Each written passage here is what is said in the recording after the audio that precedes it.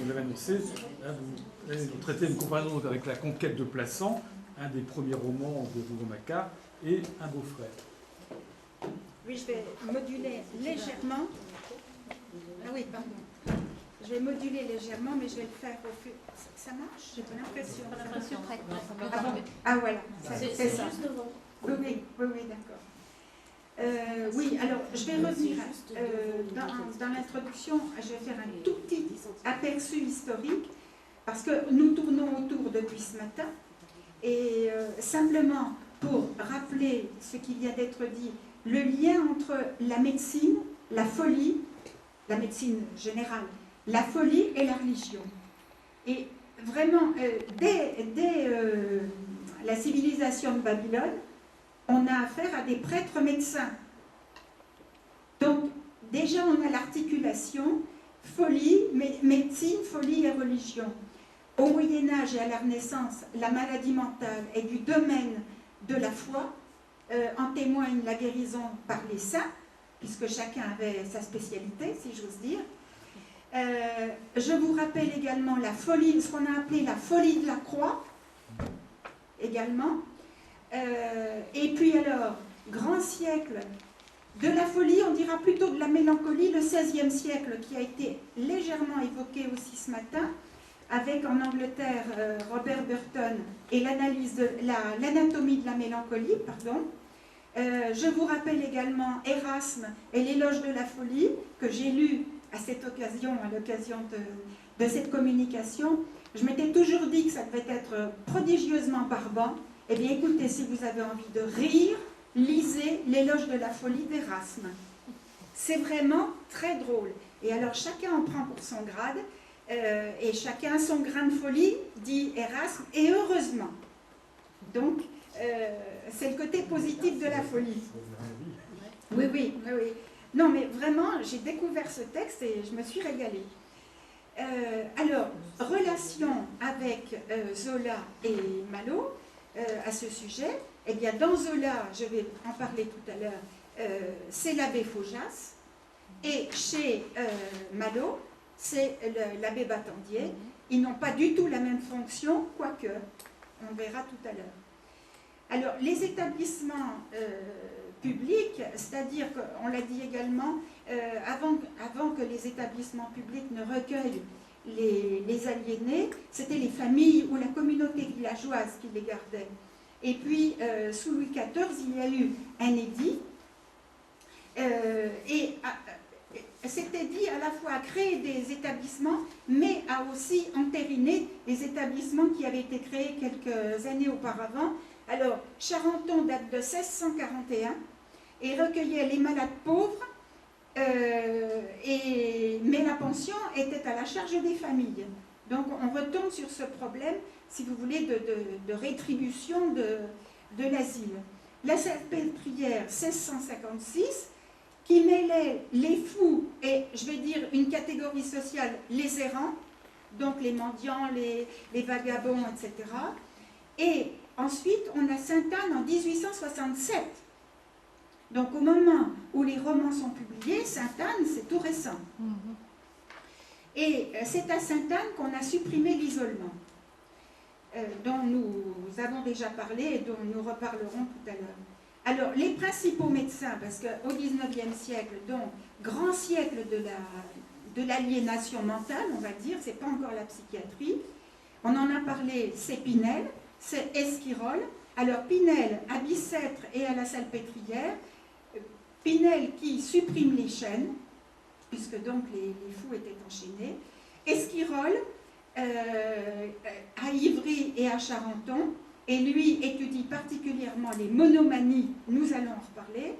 Charcot, à partir de 1863, à la Salpêtrière, qui lui se consacre plus à l'hystérie. Je vous indique tous ces mots-là parce que nous allons les retrouver tout au long de ma communication. Ensuite, on aura le problème du criminel né avec Lombroso, un chercheur italien. Et puis, tout de même, tout à l'heure, il a été fait allusion à Freud. N'oublions pas que Freud a fait un stage chez Charcot en 1885. Donc, simplement des jalons que je veux poser. Alors, en ce qui concerne les symptômes de la folie, qu'est-ce qui revient le plus souvent? La manie, c'est-à-dire l'état dépressif entrecoupé de phases d'euphorie. L'angoisse, c'est-à-dire le morcellement, la dépersonnalisation et le sentiment de persécution dont on a déjà parlé et dont nos deux auteurs parlent beaucoup. La mélancolie, bien entendu.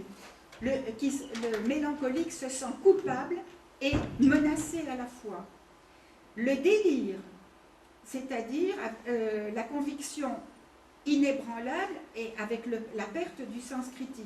L'hallucination, ça beaucoup, c'est-à-dire qu'on éprouve une perception, une sensation sans stimulation sensorielle, l'hallucination étant un des mécanismes délirants. L'hystérie, je parlais de Charcot, l'hystérie qui comporte plusieurs catégories, mais très importante, nous allons y revenir dans les romans, avec perte de connaissance subite et raideur, extension du tronc et des membres, convulsion des globes oculaires, oscillation des membres raidis, tout ça, grand mouvement, contorsion, cris terribles, tout ça nous allons le retrouver en particulier chez Zola. Et puis pour terminer, la catalepsie, pardon. La catalepsie se caractérise par le fait que le corps garde une position, reste immobile pendant plusieurs heures, voire plusieurs jours. Et vous avez un roman qui traite de la catalepsie, c'est Barbey d'Aurevilly dans Le prêtre marié. Le prêtre marié. Pour revenir à ce qu'on disait tout à l'heure. Et alors, nos deux auteurs qui traitent de la médecine et de la folie, bon, vous avez compris, depuis ce matin, c'est un des thèmes vraiment de la recherche au XIXe siècle, l'étude de l'individu, le mystère humain et l'individu, sa place dans la société. Donc nos deux écrivains sont tout à fait soucieux de leur temps et de l'individu face à son propre passé dans le cas de l'hérédité et à ses passions personnelles ou celles des autres à leur rencontre d'ailleurs, que ce soit l'amour, l'ambition, le pouvoir ou simplement l'opinion publique, nous allons y revenir. Alors, concernant les auteurs et les artistes qui ont traité du sujet de la folie, je viens de dire Barbey d'Aurevilly, vous avez aussi les Goncourt, je pense à Madame Gervaiset en particulier, qui est une folie religieuse, d'ordre religieux, Octave Mirbeau, les 21 jours d'un neurasthénique, et puis l'abbé Jules. Au XVIe siècle, j'y reviens, n'oublions pas Shakespeare, le modèle des mélancoliques étant Hamlet, tout de même. Et puis alors, les écrivains particulièrement concernés, on va dire Maupassant, Nerval bien entendu, Georges Feydeau, qui a fini dans un hôpital psychiatrique, et puis Artaud. Évidemment, là on déborde sur le XXe siècle. Chez les artistes peintres, on a parlé de Gilles ce matin, mais bien entendu Van Gogh, et un peintre qui est moins connu, Troyon, qui a fini lui aussi en hôpital psychiatrique. Et chez les musiciens, vous avez Gounod, ce qu'on ignore souvent. Si vous lisez La maison du docteur Blanche, vous aurez de Laure Murat, vous aurez un catalogue des artistes qui sont passés par l'hôpital psychiatrique. Et je ne parle pas de ceux qui se sont suicidés, sans être passés par l'hôpital psychiatrique. Alors, au point de vue des dates, les romans de Malo et de Zola sont à peu près contemporains. On a dit que Le Beau-Frère avait été écrit et publié en 68. Le mari de Charlotte, autre roman de Malo qui traite du sujet, publié en 73-74. Zola, écrit à partir de mai 69, pardon.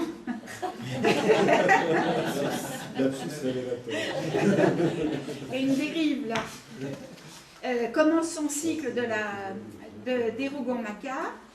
Et donc ça s'échelonne, les deux romans dont je vais parler s'échelonnent entre 69 et 73-74. Alors on a parlé de la recherche documentaire ce matin pour Malo, je ne vais pas y revenir, Et si je vous indique seulement 4 titres de la documentation de Zola, vous allez comprendre que nous sommes tout de suite au cœur du sujet et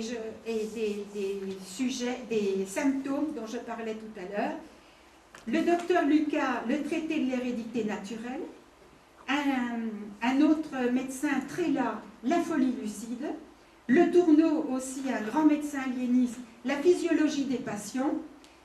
Moreau, la psychologie morbide. Et Morel, le traité des dégénérescences. Donc vous avez le panel qui, enfin, il y a d'autres ouvrages de Zola, mais vous avez là tout de même 4 titres qui recouvrent les préoccupations de Zola.